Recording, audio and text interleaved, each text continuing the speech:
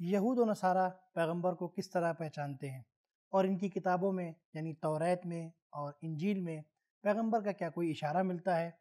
کون سے ایسے لوگ ہیں کہ جن کو نجات کا منہ تک دیکھنے کو نہیں ملے گا یا جو نجات حاصل نہیں کر سکیں گے؟ آئیں جانتے ہیں آج کے ایپیسوڈ میں۔ اعوذ باللہ من الشیطان الرجیم، بسم اللہ الرحمن الرحیم۔ ناظرین السلام علیکم۔ ناظرین، سب سے پہلے تو آپ تمام حضرات کو سبیل قرآن کے اس پروگرام میں خوش آمدید کہتے ہیں۔ ناظرین، ہم سورہ انعام کی تفسیر کو سن رہے تھے، اب تک ہم نے 19 آیت کی مکمل تفسیر کو سن لیا ہے۔ آج ہم آیت نمبر 20، 21 اور 22 کی تفسیر کو سنیں گے۔ اب 20 آیت کی تفسیر کو سننے کے لیے اس کے ترجمے اور تلاوت کو سنتے ہیں۔ كتاب أنزلناه إليك مبارك ليدبروا آياته وليتذكر أولو الألباب بسم الله الرحمن الرحيم الذين آتيناهم الكتاب يعرفونه كما يعرفون أبناءهم الذين خسروا أنفسهم فهم لا يؤمنون۔ وہ لوگ جنہیں ہم نے آسمانی کتاب دی ہے، یہود و نصارہ، اس پیغمبر مصطفیٰ صلی اللہ علیہ وآلہ وسلم کو اچھی طرح پہچانتے ہیں جس طرح اپنے بیٹوں کو پہچانتے ہیں۔ گزشتہ انبیاء آسمانی کتب کی بشارتوں کو آن حضرت صلی اللہ علیہ وآلہ وسلم کے بارے میں سچ جانتے ہیں، لیکن اس بات کو قبول کرنے کے لیے تیار نہیں ہیں۔ پس وہ لوگ جو فطرت، ہدایت اور آئندہ کی خوشبختی کے بارے میں خود کو نقصان پہنچاتے ہیں، ایمان نہیں لائیں گے۔ ناظرین، یہ تھی آیت نمبر 20 کی تلاوت اور ترجمہ۔ اب دیکھتے ہیں کہ اس کے اندر نکات کون کون سے پائے جاتے ہیں۔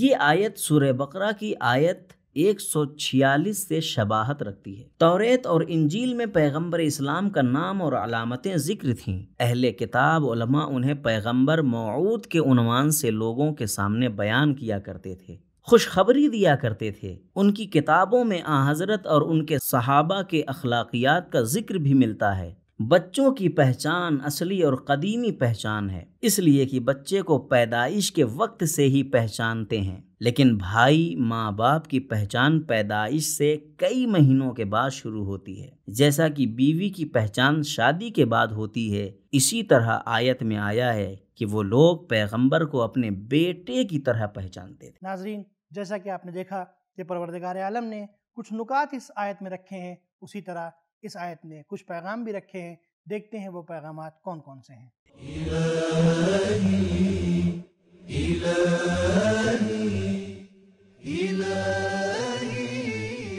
نمبر 1، اللہ تعالیٰ نے اہل کتاب پر اپنی حجت تمام کر دی اور وہ پیغمبر اسلام کو اچھی طرح سے جانتے اور پہچانتے تھے۔ نمبر 2، پیغمبر کو اس طرح جاننا اور پہچاننا چاہیے کہ اس میں کوئی شک نہ رہ جائے۔ نمبر 3، صرف شناخت اور علم انسان کی نجات کا ذریعہ نہیں ہے۔ کتنے ہی خدا شناس، پیغمبر شناس، دین شناس ایسے ہیں جو دشمنی اور ضد و ہٹ دھرمی کی وجہ سے زیانکار اور نقصان اٹھانے والوں میں سے ہیں۔ نمبر 4، حق کا انکار اور اسے چھپانا بری عاقبت اور خود کو نقصان پہنچانے کا سبب ہے۔ یہ تو تھی آیت نمبر 20 کی تفسیر۔ اب آیت نمبر 21 کی تفسیر کو جاننے کے لیے اس کے تلاوت اور ترجمے کو سنتے ہیں۔ ومن اظلم ممن افترى على الله كذبا او كذب بآياته انه لا يفلح الظالمون۔ اس شخص سے زیادہ اور کون ظالم ہوگا جس نے اللہ پر جھوٹ باندھا اور اس کے لیے شریک کا قائل ہوا یا اس کی آیات کو جھٹلایا، یقیناً ظالم نجات کا منہ نہ دیکھیں گے۔ ناظرین، تلاوت اور ترجمے کے بعد اب دیکھتے ہیں کہ اس آیت میں کون کون سے نکات پائے جاتے ہیں۔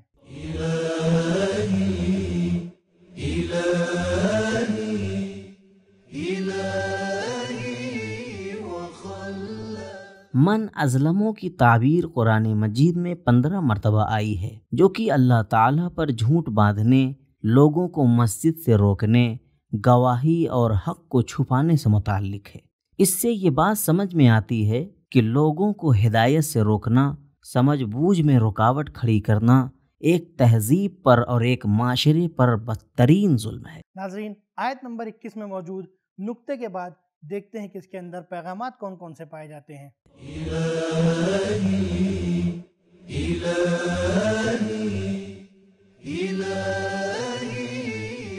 نمبر 1، کوئی چیز جتنی محترم ہو اور مقدس ہو اس پر ظلم کا خطرہ اسی قدر زیادہ ہے۔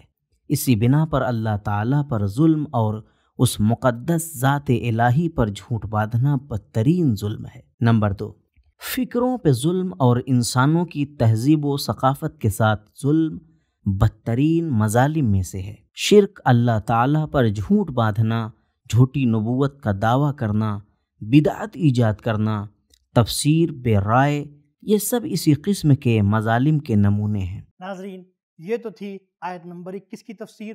امید کرتے ہیں کہ آپ کو ہمارا پروگرام پسند آ رہا ہوگا، اور اگر ہمارا پروگرام آپ کو پسند آ رہا ہے تو اپنے دوستوں کے ساتھ شیئر کریں، کیونکہ شیئر کرنے کا مطلب یہ ہوگا کہ آپ اس ثواب میں دوسروں کو بھی شریک کر رہے ہیں۔ ناظرین، اب آیت نمبر 22 کی تفسیر کو سنتے ہیں، آئیں اس کے ترجمے اور تلاوت کو سنتے ہیں۔ وَيَوْمَ نَحْشُرُهُمْ جَمِيعًا ثُمَّ نَقُولُ لِلَّذِينَ أَشْرَكُوا أَيْنَ شُرَكَاؤُكُمُ الَّذِينَ كُنتُمْ تَزْعُمُونَ۔ وہ دن جس میں ہم ان کو محشور کریں گے تو مشرکین سے کہیں گے کہ تمہارے وہ معبود کہاں ہیں جنہیں تم خدا کا شریک خیال کرتے تھے، وہ تمہاری مدد کیوں نہیں کرتے؟ ناظرین، گزشتہ آیت کی طرح اس آیت میں بھی پروردگار عالم نے بندگان کے لیے کچھ نکات رکھے ہیں، دیکھتے ہیں وہ کون کون سے ہیں۔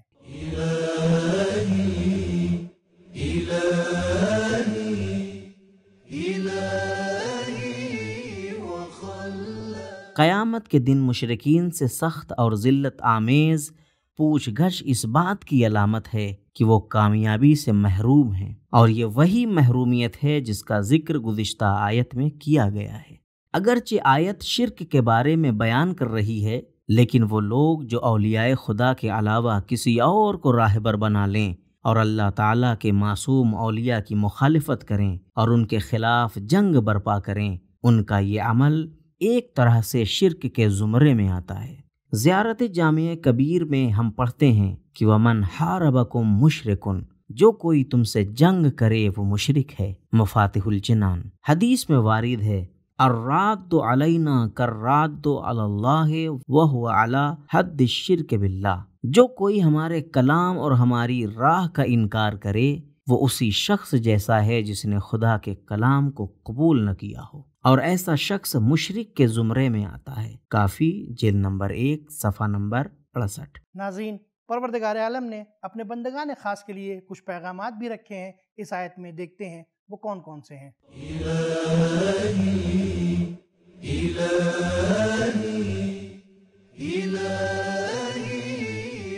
نمبر 1، قیامت کا دن مشرکین کے لیے توحید کے حق ہونے کا دن ہے۔ این شرکاؤکم، پوچھا جائے گا کہ تمہارے ساتھ شرک کرنے والے کہاں ہیں۔ نمبر 2، شرک سوائے ایک خیال کے کچھ نہیں ہے، وہ گمان کرتے ہیں۔ ناظرین، تو ہمیں معلوم ہوا کہ یہود و نصارہ پیغمبر کو بہت اچھی طرح سے جانتے ہیں، جیسے لوگ اپنی اولاد کو جانتے ہیں، کیونکہ ان کی کتابوں میں اس کی خصوصیات بیان ہوئی ہیں، ان کی صفات بیان ہوئی ہیں، اور ہمیں یہ بھی معلوم ہوا کہ جو لوگ پروردگار کا شرک کرتے ہیں یا اس کا انکار کرتے ہیں وہ لوگ روز قیامت نجات کا منہ تک نہ دیکھ سکیں گے۔